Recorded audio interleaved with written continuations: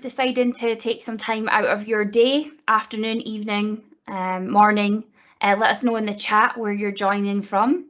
Because I think we have people from a few different places. So yeah, drop in the chat where you're joining from so that you can see if anyone else is from the same place, and also we get to see who's with us. So today we're going to talk about imposter syndrome, which is a hot topic, a topic that we all know and love, right? Before we get into that, I'll just do a really quick introduction. So thanks again to Ricardo and to the Cork.net and Azure user group for inviting me here. My name is Lisa Clark. I'm based in Dundee, Scotland. So I can see in the chat we've got people from West Yorkshire, Liverpool, Cork in Ireland. We've got the Netherlands, and I see some other people typing, so I'm going to wait and see where else we've got. We've got Oslo, Norway, absolutely on my travel list, by the way. To be fair, everywhere's on my travel list right now. County Clare in Ireland, and the Netherlands as well. Awesome. So thanks so much for joining. Like I say, I'm based in Dundee, Scotland. Dundee is apparently the sunniest city in Scotland, would you believe? Doesn't mean it's sunny all the time, but it means it's apparently the one that gets the most sun. I've been in the IT industry for 10 years, which is really crazy to say out loud. I am part of Dell Technologies, focused on our Microsoft hybrid cloud portfolio. So I work with all things Azure Stack. I'm super passionate about hybrid cloud and enabling customers to harness the power of hybrid. So I'm really excited about Microsoft's portfolio there with the likes of Azure Arc and Azure Stack. Last March, when lockdown hit, we were just discussing this before we started recording. I decided to throw my time and energy into something I'd been thinking about for a while, but I had never got around to, because we all have those excuses, and I started a podcast. And actually, over this year, I think I've done a couple of talks on how I started a podcast and how it got me through the pandemic. And inside that talk, there was a bit about overcoming mental barriers. And the first barrier was sort of motivation and taking action. And the second barrier was imposter syndrome. And as I did that talk a couple of times and imposter syndrome has become a hot topic, I thought I could turn this talk into a talk in itself. So that's what we're going to do tonight. You guys are the first viewers of this talk, so I would love any feedback if you have any. Last year, I was super fortunate to be awarded Microsoft Community Hero, the Inclusive Leader badges as well, which was extremely special to me. And this year, I had the privilege of being awarded a Microsoft MVP in March, which was just awesome. I love this community. I think it's a great one, so I'm super happy to be here talking to you tonight about this. And I would also encourage, if you, throughout this talk, if you get any sort of thoughts or want to share your experiences or opinions, just share them in the chat. Let's have a discussion about this. Open and honest discussions about these things is really helpful in helping us manage them. So, like I said, this talk was actually part of my How Starting a Podcast Got Me Through a Pandemic talk. But as we all know, imposter syndrome is a hot topic. So I thought it could be its own session. First, we'll take a look at what actually is a cognitive bias, because this is foundational in understanding imposter syndrome. Then we'll take a look at how imposter syndrome and the Dunning-Krueger effect are related, and we'll go into a bit more about what that is. Then we'll talk through about the 5 R's as a strategy for imposter syndrome. And finally, we'll spend some time on self-awareness. This is a slightly new addition to this part of the talk, because self-awareness is really key in managing imposter syndrome and implementing the 5 R's that we'll come on to. So imposter syndrome is something that we all suffer from. And it turns out that it is the inverse of a cognitive bias known as the Dunning-Krueger effect. Understanding more about this helped me overcome my imposter syndrome. I wouldn't say I've not overcome it entirely. I don't think we ever will. I think we have to accept this as something that will never entirely go away, but we can do more to understand why it happens, why we feel this way, and what we can do to better manage it. And most importantly, not let it hold us back, right? Because it can be quite debilitating and it can hold us back. and we don't want that. So as humans, we are blessed with very clever brains, but sometimes they can work against us. And awareness of this is key, and this is what really helped me. So what is a cognitive bias? So it's a type of systematic error in thinking which occurs when people are processing and interpreting information in the world around them, and it affects the decisions and judgments that we make. So cognitive biases are often a result of basically our brain trying to simplify information processing. You know, we receive an insane amount of information every day from our environment around us, from our mobile phones, from, you know, especially with being online all the time these days. And so our brain over the years has come up with ways to simplify doing that and to try and get us to decision making quicker. So biases work like a rule of thumb almost to help you make sense of the world. And this can be a great thing, but it can also be a negative thing. Like I said, our brains are powerful, but they do have limitations. So it's important to understand that this is a thing. Cognitive biases are a thing. They are there for a good reason, but sometimes they can be unhelpful. So there is a specific cognitive bias called the Dunning-Krueger effect. The Dunning-Krueger effect is a cognitive bias in which people assess their cognitive ability as greater than it is. It's overconfidence gone wrong. And that in itself can be an odd concept because we often praise confidence and self-assurance. If you think about it, when we see someone who's confident or they're self-assured, we're like, that's great, I'd like to be that. But inflated self-belief can snowball into ignorance and arrogance. And I'm sure we all have examples of that as well. I'm sure it's something we've all experienced. Well, it turns out that imposter syndrome is in fact the inverse of this cognitive bias. Where competent and highly skilled individuals do not see themselves as such.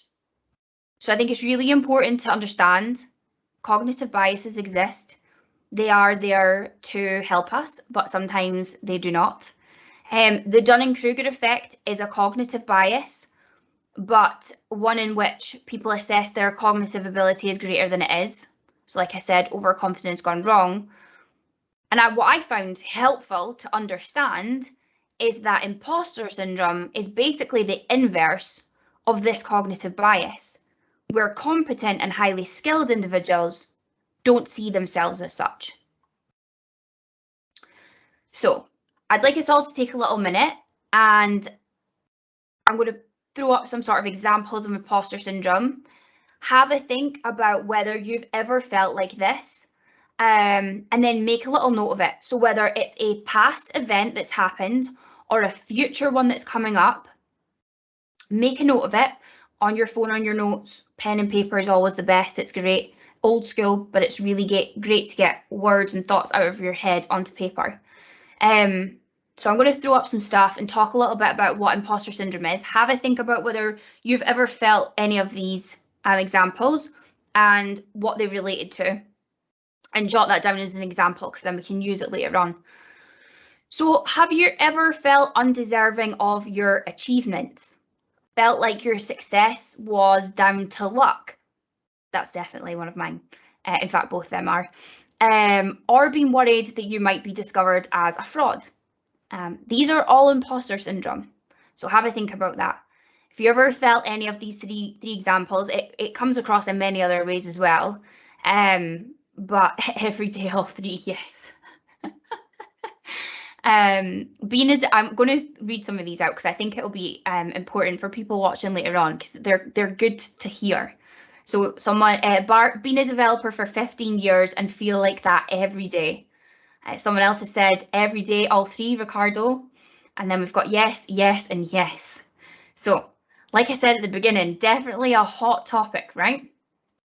There's more typing going on, so we'll come back to it. The problem with imposter syndrome is when self-criticism, which can be useful, snowballs into debilitating imposter syndrome.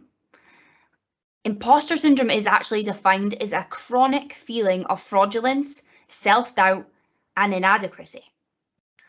And it's really important that you recognize this, because you are not broken. You are a human being. Your brain is trying to keep you safe. Our brains, actually, as clever as they are, have not developed that much further past our whole fight and flight, survive caveman days. And therefore, some of the things that they do to protect us are great, but they are for an environment that no longer exists. We don't live, luckily, in an environment where we will go hungry, where we will lose our home or our warmth or our heating, or be cast out of the group, or etc. And this is what happens with imposter syndrome. So it's really important to recognize this. You're not broken. You are just human. It is part of a cognitive bias within your brain. And the problem here is your brain is perceiving danger where actually there is absolutely none. And so I think being even just aware of this can be super helpful.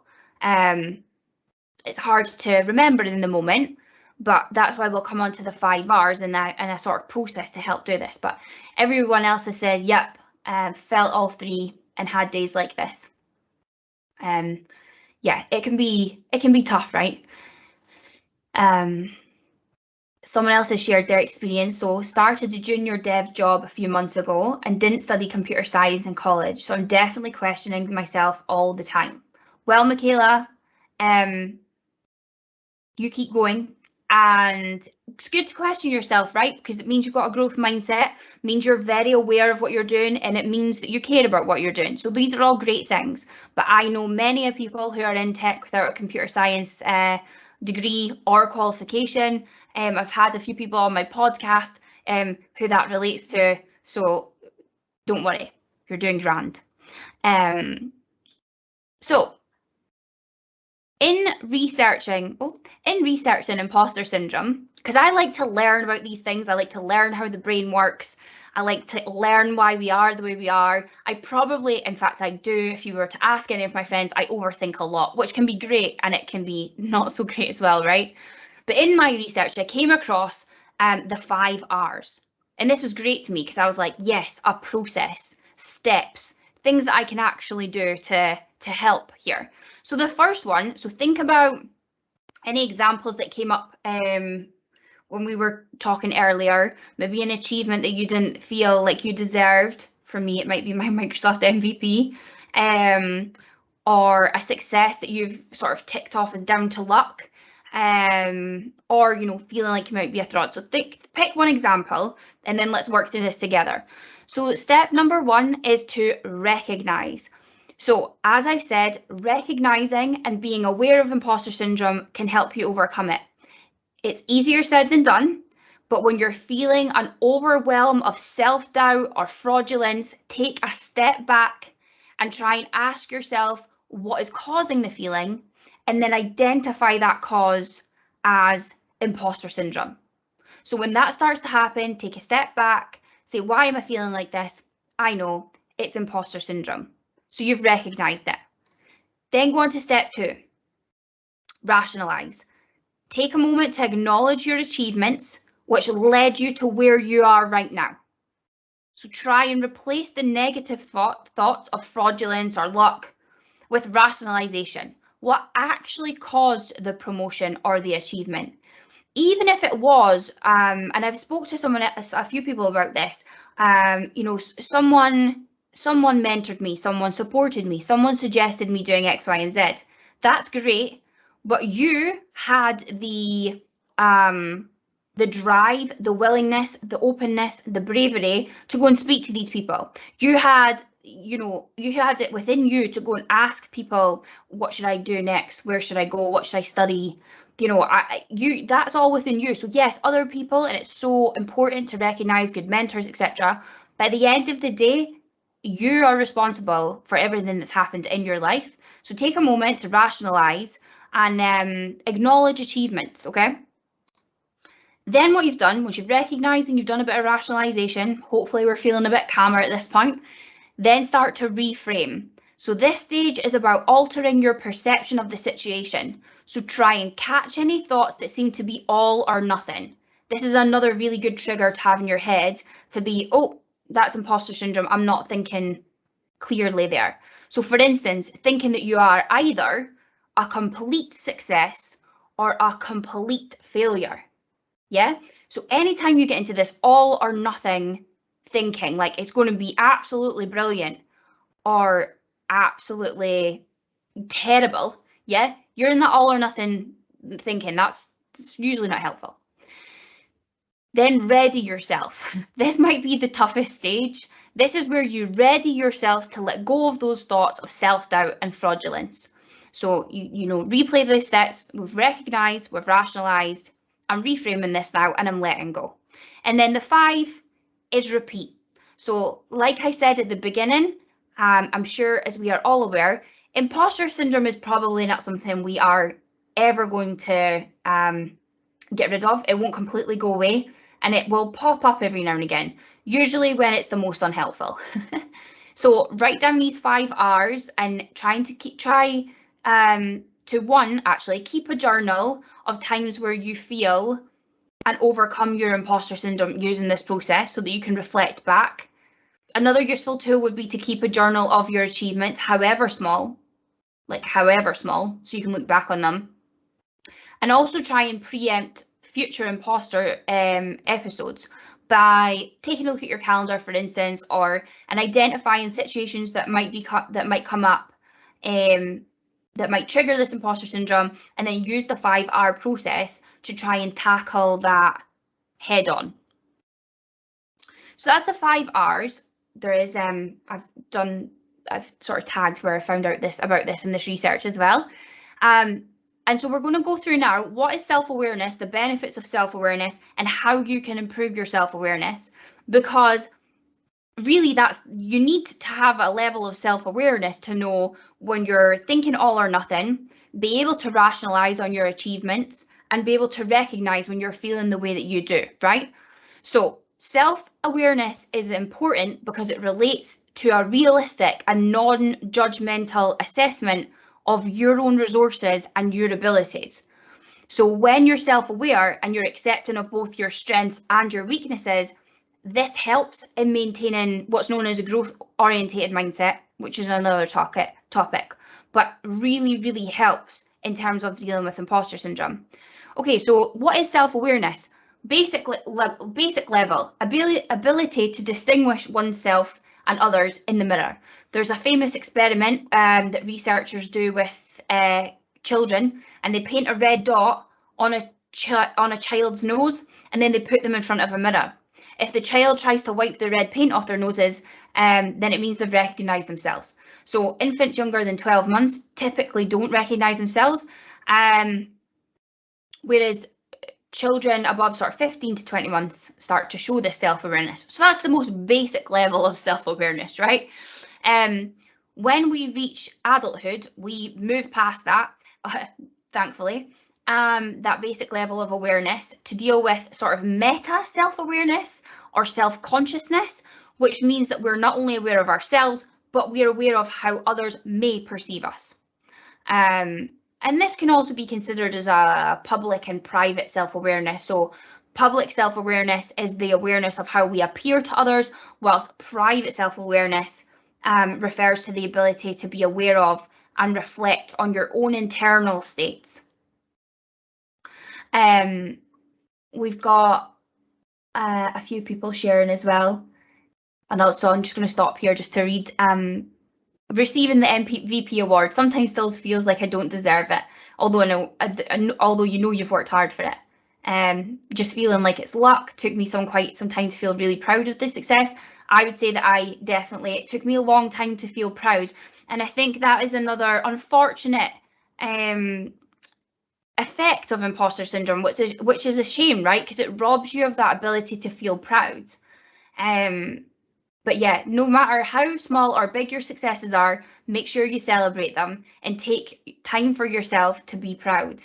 Yes, I absolutely love that, Stefan. That is something that I have been talking about with my friends and close ones over the last couple of years, because I don't do that. really struggle with that. And it really is, when you think about it, because of imposter syndrome. Okay, so we've got what self-awareness is. Let's go on to the benefits of self-awareness. So a psychologist and a researcher called Anne Sutton did a study in 2016 and identified sort of 3 main benefits of self-awareness. So reflective self-development, which refers to paying continuous attention to the self with a focus on conscious, reflective and balanced learning. Acceptance of self and others, which includes a positive self-image and confidence, as well as a deeper understanding of others. And then proactivity at work, which is related to the outcome of self-awareness in the workplace and represents an objective and proactive approach to dealing with work. Self-awareness is actually also good just generally for your psychological well-being. There was a study in 2010 that found a significant correlation between self-awareness and well-being in mental health professionals, which is a population with obviously high risk of burnout. And then also self-awareness is important in leadership and business. Another study's been done in 2019 by Green Peak Partners and Cornell University that showed a high self-awareness score was the strongest predictor of overall leadership success, which is interesting. So we've talked about what is self-awareness and the benefits of self-awareness, and then probably the most difficult part would be how to improve self-awareness. So developing self-awareness takes a very conscious and often uncomfortable effort. Becoming self-aware means having to look at parts of yourself that you might find you don't like. So what are some ways how to improve self-awareness? Okay, writing down your honest thoughts in a journal. Writing down your honest thoughts and your ideas. It's the perfect way to open yourself up for exploration and awareness. The key word here is to be honest, which is why journaling is a great way to do this, because it's private to you and you can be honest, but it's a great way to start your self-awareness journey. Now, I have tried a few different methods with journaling. If you're not into those sort of long-winded self-reflection type journaling, some of the questions that journaling prompt questions, you can search them on Google and lots will come up, and you can search for a certain topic, etc., and they will come up. Some of them I find them too jarring. I find them, too deep, and it puts me off writing. But there are other ways that you can start to journal. So keeping a mood tracker, an exercise tracker, anything basic like that, because we tend to think that we eat healthier than we actually do, and that our moods are more stable than they actually are. So therefore, by tracking them, we can get a more objective pictures of ourselves. So you can start really easy with some kind of tracker, and then you can either use journaling prompt questions, or what I sometimes just like to do is, when I've got a lot of thoughts in my head, I just like to write them all out. And sometimes that's a page, and sometimes it's 2 pages, and sometimes it's just a couple of sentences. But journaling is a great way. Feedback. So we all love some positive feedback, but we all tend to shy away from and feel uncomfortable both giving and receiving what could be perceived as negative feedback.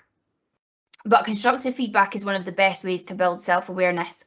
And therefore, it is really important to try and do what you can to overcome this fear.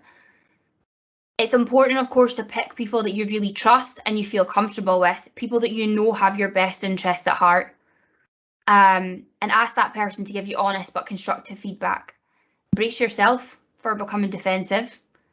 Try and practice self-awareness there. Try and identify when you are being defensive. But if it makes you uncomfortable, the likelihood is that there's some truth in it and you did ask for it. So accept it with grace and then reflect on it. Even give the person time to come back with some feedback, because sometimes, like I say, people are actually uncomfortable both asking for and receiving feedback these days. And then mindfulness. So mindfulness is all about non-judgmental awareness. So that's why it's related to self-awareness. Some researchers actually believe that they're essentially the same thing, with only like a couple of minutes difference between the two. So practicing mindfulness can really help you learn how to observe your thoughts and feelings in a calm and honest and accepting way, which creates a really strong base for future self-awareness. So for instance, when I have tried meditating on and off over the years, and I really struggle because my head's really, I've got a busy head. But actually, someone talked me through it, and actually, it's not really to get rid of those thoughts. It's not to have a quiet mind.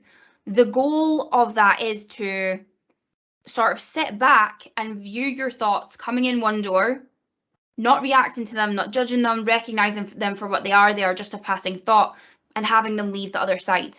So it really is about practicing self-awareness and balance and acceptance with your feelings. And it can be hard, right? Meditating can be hard. There's apps out there like Calm, etc., that have meditations for like 2-3 minutes, which is all you need. You can do other things to meditate, right? You can paint, you can I've started going to yoga. I wouldn't say I quite get into a meditative state there yet. I'm not very good at it. But practicing any kind of mindfulness is really important. Another key thing to keep in mind is anxiety comes from thinking about too much in the future, and depression comes from thinking about too much in the past. The cure to both of them is to be in the moment, is to be mindful and to be where you are. So this really helps with self-awareness as well. And then the next one is to take a think about your values. So you can probably name things and ideas that you hold as important in your life, but have you ever explored their meaning, why, etc.? A really, really great book on this topic and everything here is called The Chimp Paradox. If you haven't read it, I would highly, highly recommend that book. I'm pretty sure that I have it. Yep. So I've got it here. Now, it's dusty because I've not opened it in a very long time, but look at all the post-it notes I took. I read this book and Mark Manson, The Simple Art of Not Giving a F-U-C-K, just so I don't break any rules on YouTube. And those two books like really changed my life. But this is honestly such a brilliant, brilliant book. It really helps you think about what are your values, etc. So basically, self-awareness is the key, right? So the Dunning-Krueger effect and imposter syndrome are opposite ends of a spectrum and are very similar. The Dunning-Krueger effect is where self-assurance and confidence snowballs into ignorance and arrogance. And imposter syndrome is the inverse of this. So it's where self-criticism snowballs into debilitating imposter syndrome. And what we don't want that to happen. We want to remain somewhere in the middle. We want to try and be as equally aware of both our strengths and our weaknesses. We want to avoid as much as we can all or nothing thinking. We want to try and recognize our thoughts and our feelings, and then we want to try and rationalize them. Then we want to reframe them. And then we want to let go of the negative thoughts. So having self-awareness is the key to all of that, because it's the key to recognizing whether you might be at either end of the spectrum. And it's probably one of the most important steps in overcoming this. So that's all I have to say on imposter syndrome and self-awareness. So I hope you enjoyed that. There are some other comments in the chat, so I'm just going to move over to them. I always find it difficult to distinguish with others.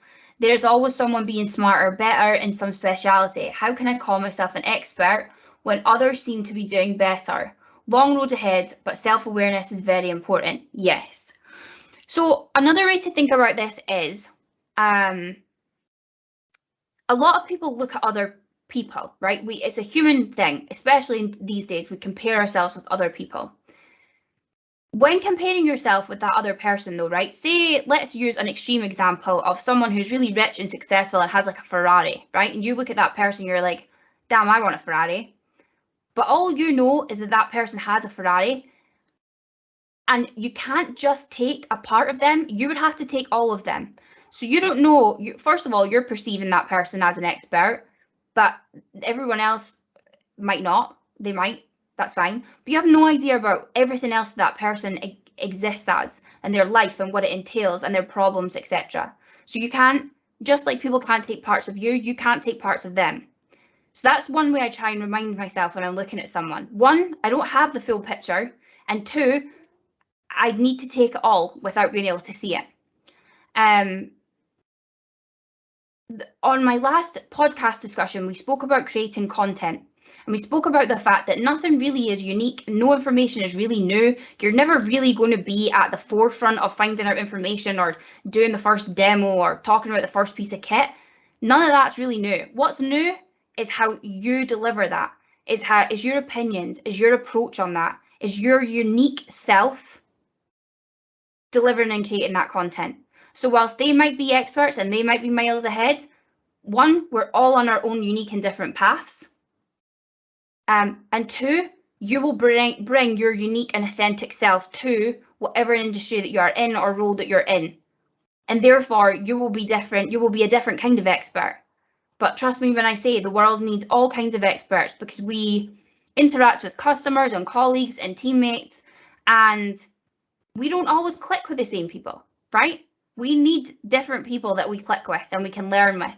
So there's room for many an experts. You just focus on your path, because at the end of the day, their path isn't paying your bills or keeping you happy. So you focus on your own path. That's a nice tool. Today I learned. So TIL as a means of tracking stuff that you just learned or you just figured out. Just in the Twitter format, not comprehensive. Absolutely. And journaling or keeping notes of your achievements or whatever absolutely does not need to be like a huge in-depth process. Take screenshots of things, write a sentence or a bullet point, keep a OneNote or notes in your phone. It doesn't need to be over complex. On the topic of self-awareness, I can recommend the book The Source by Tara Stewart, who's an MD and PhD neuroscience. Awesome. Oh, I love it when people start sharing books. This is great. And I'm just trying to check if I've missed anything else. Ricardo, when you were told you were going to be accepted as an MVP, you were almost prepared to say that you weren't going to proceed, as I thought I didn't have the time or was ever going to. Now that's funny, because I didn't apply because I thought like I wasn't worth it, and also I'm not a technical person, so I was like, do I really fit?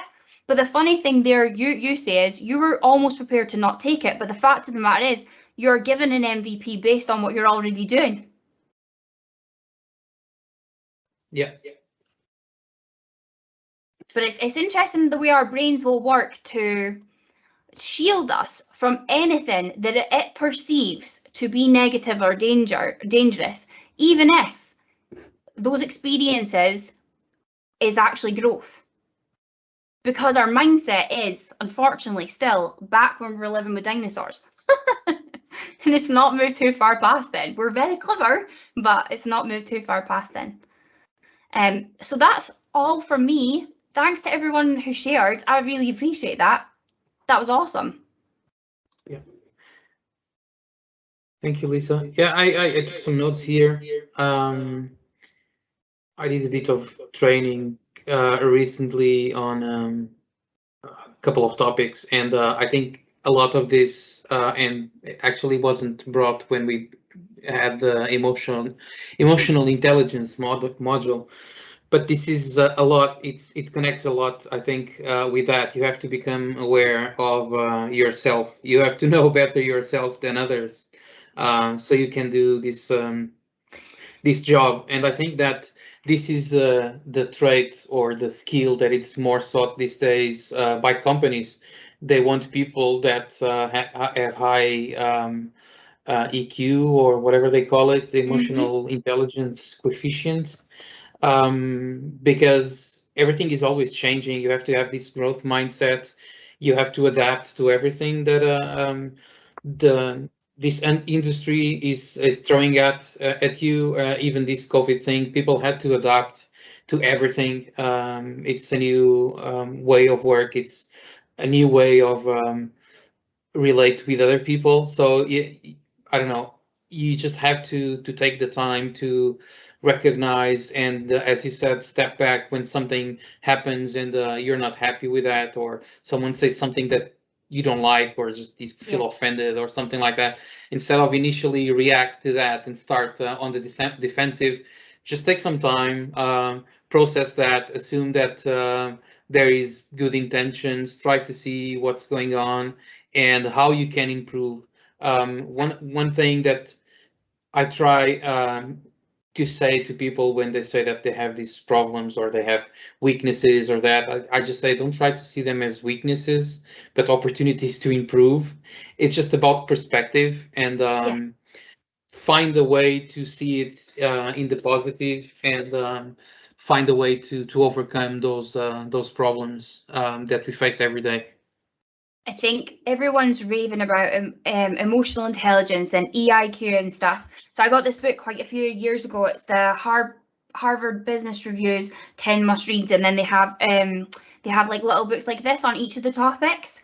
It's all about how basically people with the higher IQ do better in sales, make better leaders, etc. But I think what people, like you say, kind of miss everyone's like, oh great, here's something else we can improve on or we can talk about and get better at. But I honestly believe that people probably don't talk or cover the self-awareness part because it's the most difficult part. Like at the end of the day, these things do take work.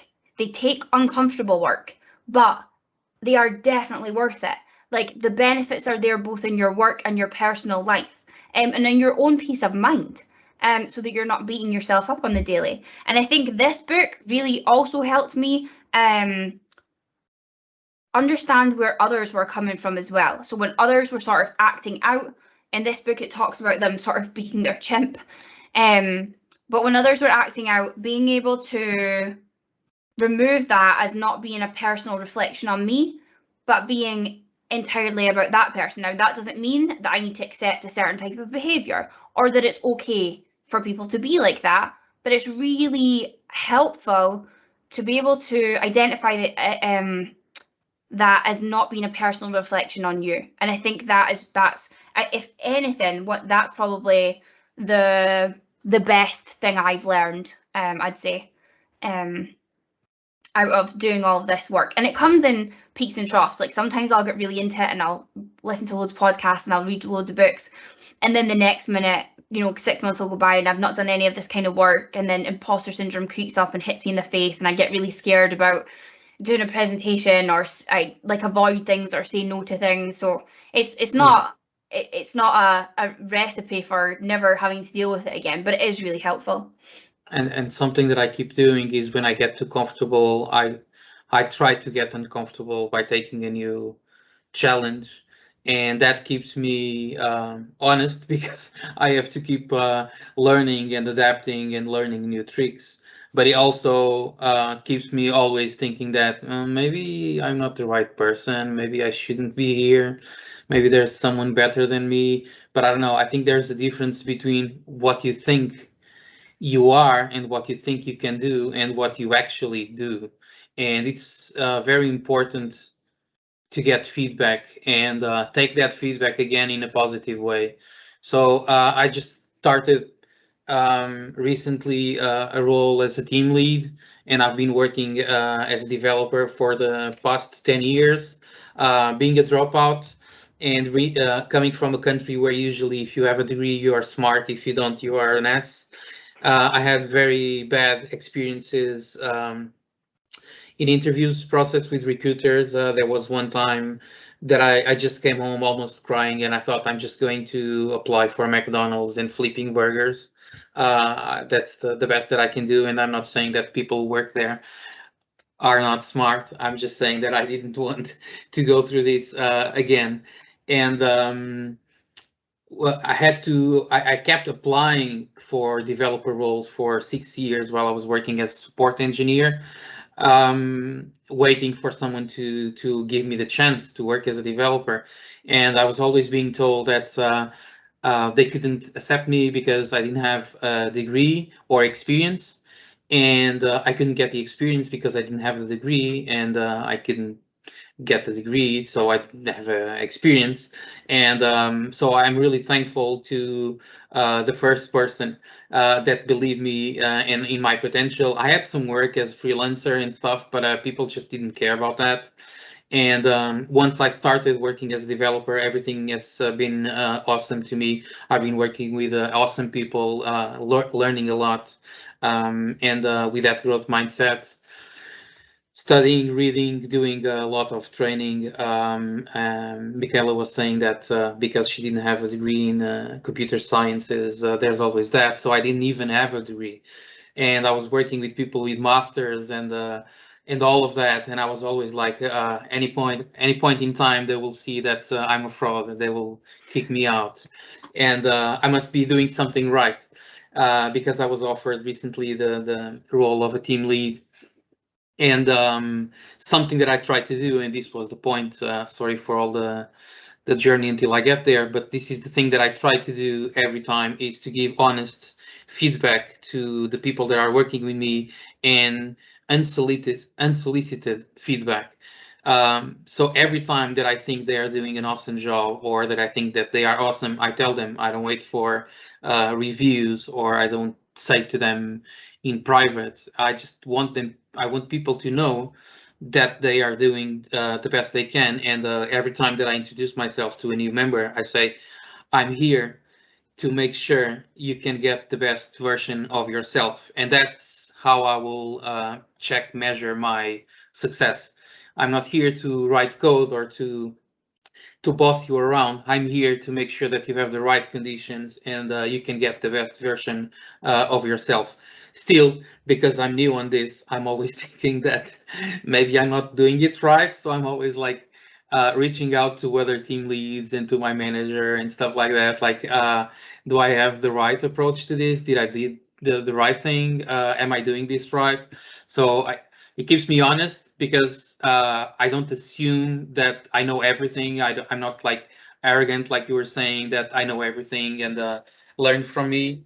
But sometimes it's a bit overwhelming, especially when I'm like with a lot of people that I think they are much smarter than me, and I just measure every word that I say, just like now, looking for body language, like, oh, this guy doesn't know what he's talking about. So it's very overwhelming. But I don't know, knowing myself and battling against this throughout my career, I couldn't be any other way, and that's who I am. I think I just like to live in this constant fear of being identified at some point. Well, But it's what keeps me going. it sounds like they've picked a perfect person to lead a team, because it is so rare to hear. Well, you hear a lot of people describe what a manager should be, but to live and breathe it. And a manager really should be there to remove obstacles for his team, to make sure that their team, her team, is set up for success. They can be the best they can be. Another great topic on that is AMP, so autonomy, mastery, and purpose leadership. Like, I love that. I love, like, more managers should be like that. So well done, you. Congratulations. And yeah, just keep doing your best. That is absolutely brilliant. Someone has mentioned coherent breathing. So really helps with stress and anxiety. So if going to present, for example, and getting a bit stressed out. I love this, actually. So one, I've been at yoga, we've been focusing on breath, because it's a massive part of yoga, and I found that it really, really relaxes me when I do focus on my breath. But also the Calm app now just has, if you want to just do breathing exercises, you can pick breathing, and the circle kind of moves out and in the way that you should breathe out and in, and it will change, you know, breathe out for 4, in for 4, and etc. Look. There's a breathing exercise here, and Awesome. I can show you my stress level during this presentation. It's the top bars there, so I'm not doing my breathing right.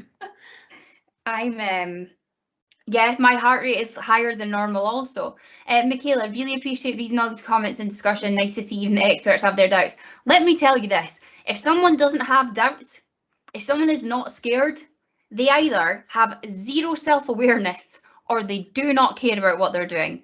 So, I mean, if anything, just take it away that one, you really care. Like, you're a passionate person, you care about what you're doing, and you want to do well. So, you know, 9 times out of 10, that puts you above, above anyway. And then you have self-awareness. So really, the next step is to just take that self-awareness and progress with it, so that you can keep learning and improving. And well done to Chris on making that jump to an Azure role, a managed service provider, after being 6 years on-prem. Well, tell you what, Azure's the best place to do that with because of the Azure Stack and Azure Arc. I'm telling you now, that experience will be like gold dust for this new world as people need to figure out how to blend hybrids correctly. But yes, Microsoft and Azure is the place to be doing that. So well done, Chris. And thanks everyone so much for your comments. It's actually brilliant. That's it. I would like to thank again Lisa for spending a bit of time with us today, speaking about the imposter syndrome. You're definitely not an imposter. We'd be delighted to have you again to speak about any topic that you're passionate about, and to see your cats again putting themselves in the boxes in the background. If anyone has anything else to say, now is the moment. I think that's the no.